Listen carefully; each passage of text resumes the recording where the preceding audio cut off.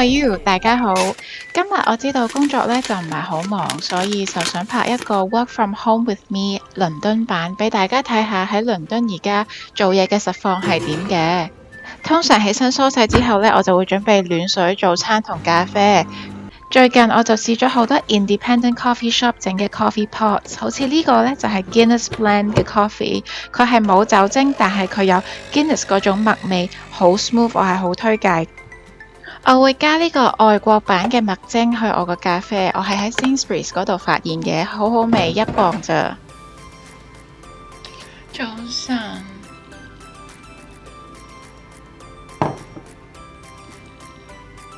準備好早餐呢，我就開始開工。通常8點半或者9點都會有個 team 嘅 catch up call， 講下琴晚我哋做咗啲咩，或者今日我哋需要做啲咩。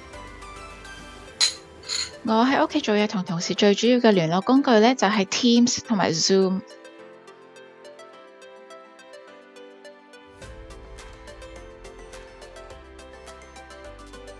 而家已經係12點27分。頭先錄下冇電嗰個相機咁，所以差咗2個鐘電呢。而家繼續錄。我哋而家咧就準備食 lunch。Mr. Calm 就喺呢個相機嘅後邊咧準備緊 lunch 嘅。佢個 lunch time 咧 lunch hours 就比較定時。你個 lunch hour 係幾時啊？12點到1點左右。佢個 lunch hour 咧就係12點到1點左右啦。而我咧因為今日唔忙咧。應該都有呢個1個鐘嘅午飯時間嘅，但係平時咧冇時間行開，咁多數都係 Mr. Calm 煮完咧就遞過嚟，咁我就邊食邊做。今日咧就唔忙啦，咁就可以拍片同埋坐定定咁樣食 lunch， 睇下 YouTube。今日我哋咧就簡單啲啦。咁 Mr. Calm 咧就整咗個烏冬啦，有蟹柳啦、西蘭花同埋焗咗啲雞翼嘅。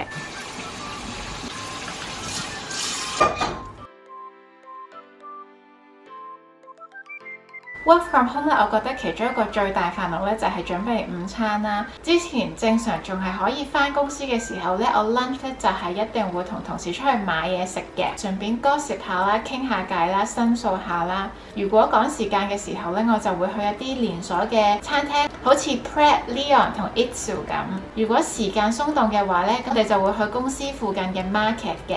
market 咧就會比連鎖嗰啲餐廳貴少少啦，但係選擇就會多啲，好似會有中餐啦、韓國餐啦、印度餐啦、越南餐啦，咁成條街咁長，你想買咩咧都應該會有得買嘅。如果咧你公司有幾個好同事、好朋友嘅話咧，午餐呢個時候咧係可能係你繁忙工作一日最開心嘅時候，因為可以申訴下啦、gossip 下啦、傾訴下啦。我初開始喺英國做嘢嗰陣時咧，都會 meal prep。跟住第2日帶飯嘅，但係隨着年紀嘅增長啦，越嚟越懶啦，咁我都開始冇再帶飯啦。我日日都係同同事出去傾下偈，買個飯咁，跟住先返公司食嘅。通常咧連鎖餐廳都係5至6磅一個午餐啦 ，market 咧就以7至8磅啦，睇下你食乜嘢啦。而家咧我哋 work from home 咧就只有3個 option 啦。通常咧我哋都會前一晚meal prep 準備多少少食材多啲，第2日 lunch 咧就可以炒翻熱嚟食啦。第2個 option 咧就係即日 lunch 嗰陣時煮個米粉或者烏冬啦。咁我哋通常都會加啲急凍嘅食材，好似魚蛋啊、餃子咁。呢啲通常可以喺中國超市買到嘅。第3咧就即係最簡單嗰個方法咧，就係叫 Deliveroo 撳幾個掣啦。但係咧我哋都唔會成日 Deliveroo 嘅，因為佢有啲貴啦。佢通常要最低消費10磅嘅。你哋都記得我啱啱提過啦，連鎖餐廳 in person 去買咧就應該5、6磅嘅啫。Even market 咧都係7至8磅。咁如果你自己一個嗌 Deliveroo 就要10幾磅啦，加埋埋咧，其實如果你成日都嗌係會有啲貴嘅。英國嘅同事咧，好多時候都會嗌 meal deal 啦，或者去啲連鎖餐廳度買個三文治嘅。我咧就唔中意食三文治，因為我唔中意佢凍冰冰啦，同埋佢就我會覺得唔係好飽肚啦，同埋我中意食啲熱嘅嘢嘅。英國或者倫敦咧，因為我唔係好清楚其他城市，有啲公司咧係會有 lunch 嘅 allowance 嘅，好似我細佬 Mr. Calm 咁，佢公司咧都會提供呢個差唔多10至15磅嘅 lunch allowance 俾佢哋去買午餐嘅。呢個係 before 呢個 lockdown 要喺屋企要喺屋企翻工嘅時候，咁佢哋朝頭早就會揀好佢哋想食嘅食物啦 ，lunch 咧就會有人送呢個佢揀咗嘅午餐去公司俾佢哋食噶啦。我個公司就冇呢個咁好嘅 benefit 啦。我呢個午飯時間就比較短嘅，咁加上而家 work from home 啦，就有好多 back to back 嘅 calls，even lunch 咧都會有 internal 啦、client 啦或者 catch up call。莫講話去廁所，有時你戴住個耳機或者開住個 video， 好多時候都行開。我連去廁所嘅時間有時都冇，莫講話要15至20分鐘去叮熱個飯。好彩 Mr. Kam 有一個差唔多 solid 1個鐘嘅午飯時間，可以為我哋準備午飯。如果大家有啲咩好嘅 work from home lunch idea 或者快靚正平嘅 lunch 食譜，記得話俾我聽，等我哋都向你哋學習一下。好啦，我要翻去做嘢啦，遲啲再傾。喺屋企做嘢其中一個唔好處就係冇咗 tea breaks 嘅時候，外國人好中意做到攰或者 throughout the day 都會問 coffee anyone， 咁就會喺 kitchen 聚集幾分鐘傾下偈唞下氣。如果唔忙嘅話，就會同埋幾個同事去附近嘅 coffee shop 度買杯咖啡傾幾句偈先返公司。而家又 lockdown 又要喺屋企做嘢，咁就冇咗呢個 coffee break 嘅時間啦。一開始喺英國做文職嗰陣時呢，我都係冇呢個飲茶飲咖啡嘅習慣嘅，但係為咗想融入佢哋嘅 culture 啦，咁就開始同佢哋一齊飲茶。隨着年紀、工作量同埋工作壓力呢，咁就開始轉去飲咖啡。如果你想同同事有更深厚嘅感情呢，就多啲約佢去 coffee chat 啦。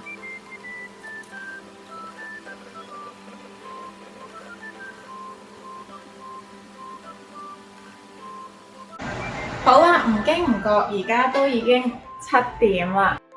因為我今日唔忙嘅原因咧，可以終於放工啦。我放工咧通常都會留住個電腦係開住嘅 ，in case 有啲咩 email 嚟嘅，即講即有個 email 彈咗出嚟，我以為我放工。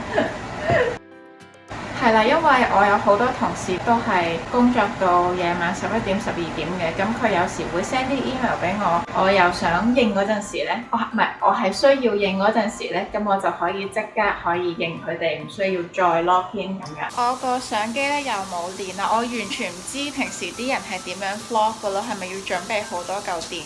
咁 Mr. Kam 呢就喺前邊煮緊我哋嘅晚餐。今晚我哋煮咩啊，細佬？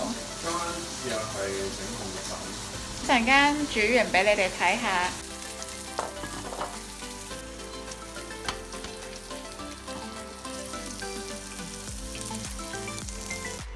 通常放工休息咗之後呢，我哋就會用個半鐘度嘅時間去準備晚餐。我而家就試下我細佬整嘅控肉飯。好味啊！好味。如果大家對喺倫敦工作有啲咩問題，記得留言話俾我聽啊！Thanks for working with me today and I'll see you next week. Bye!